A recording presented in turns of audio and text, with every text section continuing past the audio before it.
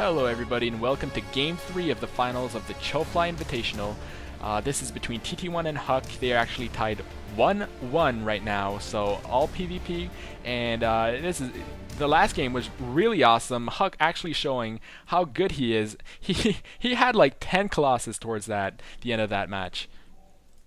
Yeah, that is right. Hello, everyone. I am Assassin. I hope you are doing as well as I am. The last game was very exciting. I am very glad to be here to see this. This is indeed Game 3. The series is up 1-1, and in the, I think, 7 or 8 o'clock position, in the teal Protoss is TTOne, and once again, in the 6 o'clock position, you have the red Protoss, HuK. Both of these players, I'm sure many of you know, are very, very good players. And it looks like they're starting off pretty basic, you know, the usual Protoss start. I like this scouting from HuK. All players should do this, where the first probe they send out, or the first worker they send out, they should send that to both Zelnaga towers just to get a glimpse of what's going on. And usually you can see one of the other workers that's going around scouting, so you can actually see what the race of the other player is way before he knows what race you are. Yeah, and if you think, I know this is kind of a side note, but if I find something interesting, is in both games before, HuK and TTOne were talking a lot and having fun. Now it looks like they've gotten a little more serious, and they haven't even said anything to each other before, so I think they're starting to get a little more serious and getting a little more competitive, as I would say. Yeah.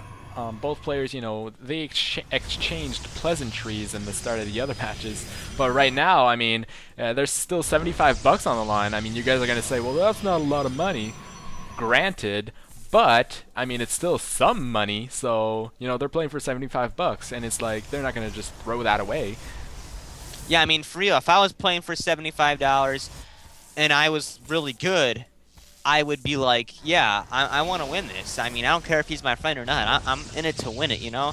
I'm that type of guy. And it looks like, Cybernetic score going down for HuK and TT1. I'm sorry, I didn't catch that right away. But they're pretty much equal right now. HuK, wow, he's known for his play with his worker. And we saw this versus QXE, where he would just harass non-stop with that probe, and now, PvP, he's still going around and trying to harass.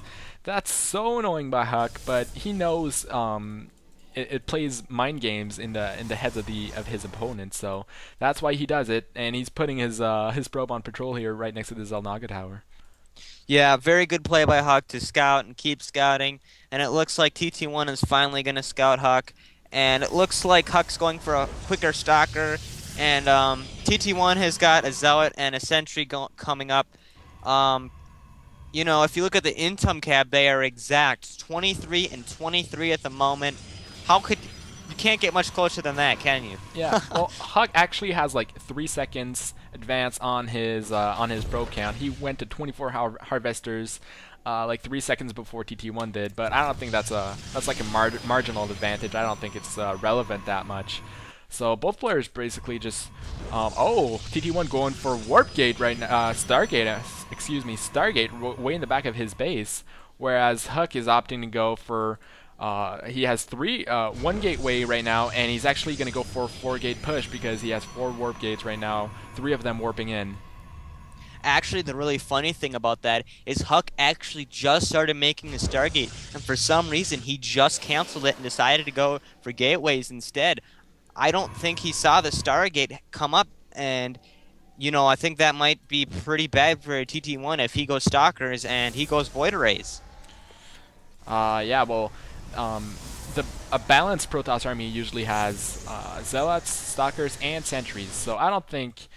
I'm pretty sure HuK is going to get a bunch of Stalkers, and Void Rays are really weak versus Stalkers, but TT1's not getting a Stalker, not getting a Void Ray, he's actually getting Phoenixes.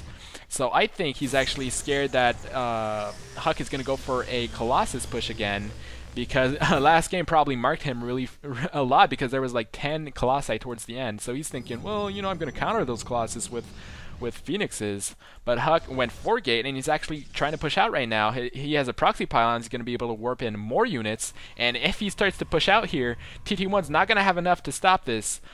So HuK attacking the ramp right here, guarding shield going up, and he's making a pylon right at the entrance of TT1's base. He wants to push out right now. He's taking out this pylon, and TT1's in big trouble.